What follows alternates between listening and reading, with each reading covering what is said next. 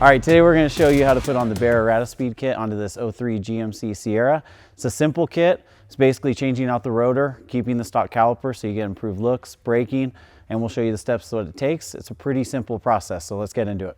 All right, so what we got, this is the front setup, which is going to go to a 14-inch rotor, and the rear setup, which is going to be a 14-inch rotor as well. So we'll do an unboxing, show you what you get in the kit. Got brackets.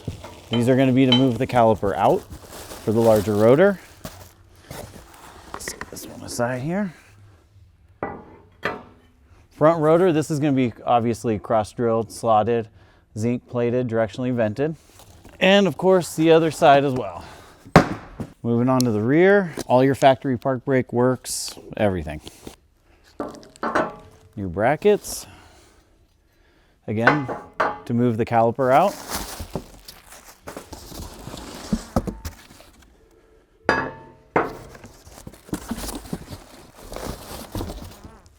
And rear 14-inch rotors. So this is what you're looking at as the complete setup. Fronts, rears. Let's get into it. This is a stock rotor setup.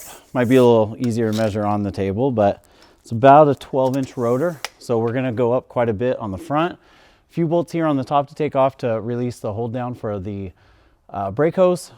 Get off the caliper, and that's literally just changing the rotor. So we'll start with getting the caliper loose, off, and swung out of the way. You're gonna have a 10mm bolt on the top for your brake hose clamp. That way it'll allow you to swing it off to the side. Once we get that off. It'll also hold your ABS sensor. You're gonna have 19. Take that back, it's 18. 18mm bolts on the back side to get the caliper off. You're gonna wanna take it off right off the spindle, not the caliper as if you were changing brake pads. This is what it looks like. Once you get it off, you're just gonna have your caliper ears off the spindle, and that's where that new bracket, which I'll grab, will go right onto, and that'll push it out. What's kind of nice about this kit is you don't have to crack open the brake system, you don't have to re-bleed brakes, nothing. Everything all stays intact. So that's one of the nice features. And then rotor comes off. Stock. Baer. If we take a measurement on here, I think we measured 12 on the truck there roughly. Comes in, yeah, 12. So this one, of course, is going to be 14 inches. So you're going to gain 2 inches of rotor diameter. So not only it's going to, like I said, stop better, but it's going to look better behind the wheel too. Next up is what we're going to do is we're going to install one of the new caliper brackets. So we'll get that going next. You do get new hardware because this thicker bracket is going to bolt on just like this. Now, one thing to note is if you are running an aftermarket drop spindle, like this truck is, there's going to be a little casting ridge here that's on the spindle. You're going to have to take that down just a little bit to get this bracket to sit flat in enough to get the bolt through. Now, this is only on drop spindles. We found them, I think this one's a McGoy, so on the McGoys, it might be different on a Beltec. They might still have that ridge still. Obviously on a stock spindle or something, it'll go direct fit on. Just on the aftermarket spindle, we found some manufacturers have that little ridge. So if you look right here, when this goes on, it's gonna be a little hard to see, but this bracket's gonna hit right up here on this ridge. So we wanna leave this area untouched because that's its flat mounting surface that it wants to sit on. So we're just gonna take that down just a little bit, maybe just flatten out, you know, from here up. Just enough to get it in so we can get the bolt through on the front side. All right, so this is all clearance out. It's just that little corner there, basically right there, but just kind of smoothed it out a little bit. Take that little corner off, and now this will come in and sit all the way in now. You're gonna go ahead and put this on the spindle, Loctite it, put in the new hardware, no washer, thread that in, and torque it down to 110. There is a left and a right rotor. You'll see the directions of the drilled and slotted pattern.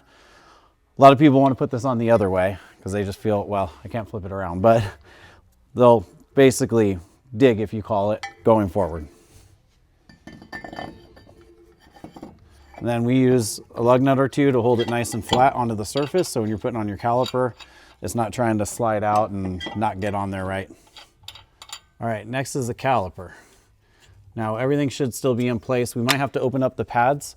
So because of that, we loosen the cap on the top of the reservoir, but You might get lucky and it'll slip over. Because again, it is all the same spec as stock, just further out. You'll use the new hardware that's supplied. This will run through the intermediate bracket into the anchor bracket that the caliper slides in. We'll put those in, use some Loctite, and torque them down. I think these are 110 as well. So these are 22 millimeter bolts. This is going to be torqued down to 110 foot-pounds. The reason we did remove the retainer bracket up top for the brake hose is one, to get it out of the way. Now, some people take that off with leaving it, but if you do take it off, it'll give you more flex on the hose, so to get to these bolts that hold the caliper on. So speaking of that retainer bracket to hold the brake hose, you'll see with the caliper moving out, it's gonna be a little bit of stretch on the brake hose, but if you take this, you can just hold one end and kind of slide that retainer down just a little bit. Don't pull on it too much, but you'll give it, we maybe gave it another, I don't know, what was that, ½ inch, 3/4 of an inch? And then that way it'll go into the same spot. Now, if it is tight to move, you can put a little WD-40 in there and then it'll slide a little easier. And then you can bolt it back down into the factory location. All right, now that everything's on, you can take off the lug nuts that we're holding the rotor. We're gonna double check brake hose clearance and everything. Go ahead and turn it lock to lock. Make sure everything's good before you finalize it and put the wheel back on.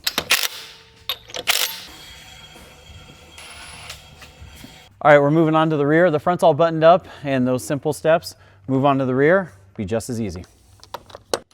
We're gonna do the rears a little differently. On the rear, we're gonna remove the caliper from the anchor bracket, let that swing out, because instead of doing the intermediate bracket, which is that machined aluminum piece you saw on the front, this is gonna sit in a whole new anchor bracket, which is gonna move the caliper out. So you just have 2 bolts to release the caliper from the anchor bracket. There's a nut that this bolt threads into that the actual caliper slides on. Sometimes that'll rotate, so you'll just sit there and spin the head of the bolt and it won't go anywhere. So there's 2 flat spots and we just gotta get a wrench to hold that, then we can ratchet the bolt out. Now that the caliper's off, you'll have 2 more bolts now that hold this anchor bracket to the actual rear end. So we'll pull that off, transfer over our abutment clips, which are the tin pieces right here that the caliper slide in, transfer the pads in, then put that assembly back on, caliper back on. Of course, rotor first before all that. That's your assembly right there. So now we'll take it to the bench and we'll transfer what we need over to the new one.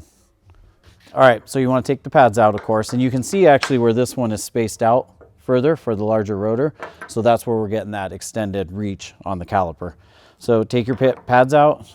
You don't want to bend them, but it'll just take a little bit of prying just to get them out of there.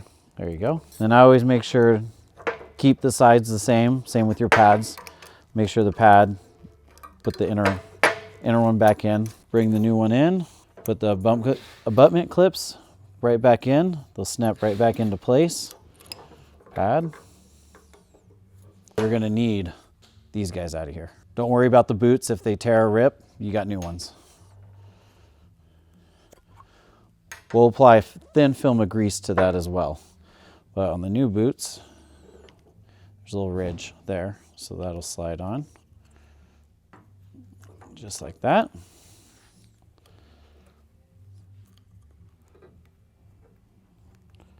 Get that one around. Make sure they're seated on there. They are. We'll grab some grease real quick. Just a thin film will work. Just something that gives it some slide on. So you put it in, slide in, push in all the way, and then you'll see it grab the boot. So now it's sliding freely in there, and the boot wrapped itself on the slide pin. We're gonna go ahead and this is ready to go back on with the factory bolts, and we'll put red Loctite down and again torque to 110. But first we gotta put the new rotor on. If it doesn't come off super easy, just give it, because your e-brake assembly's in there, just kind of wiggle it a little bit and slide it off. Here's the new rear. Old rear, this one measures about 12 3/4. This one's gonna be 14 inch. Put on some lugs to hold it nice and flat against the axle. Make things a little easier when putting the anchor bracket on. Those will go into stock place right there. We'll thread one in for now. Also let one fall on the ground. So the rear is actually going to be 125 foot-pounds, where the front's 110. Now the caliper will swing over, back into the same spot. Use some Loctite and use the factory bolts.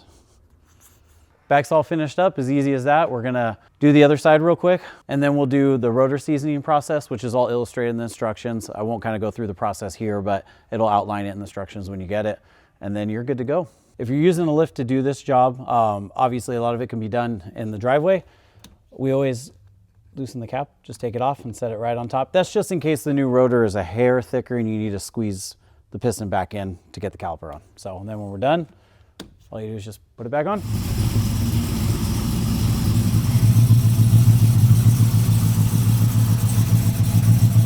So like we mentioned before, there's a series or a procedure of what you want to do to season the rotors. That's what we're going to do right now, and that'll be the very last step.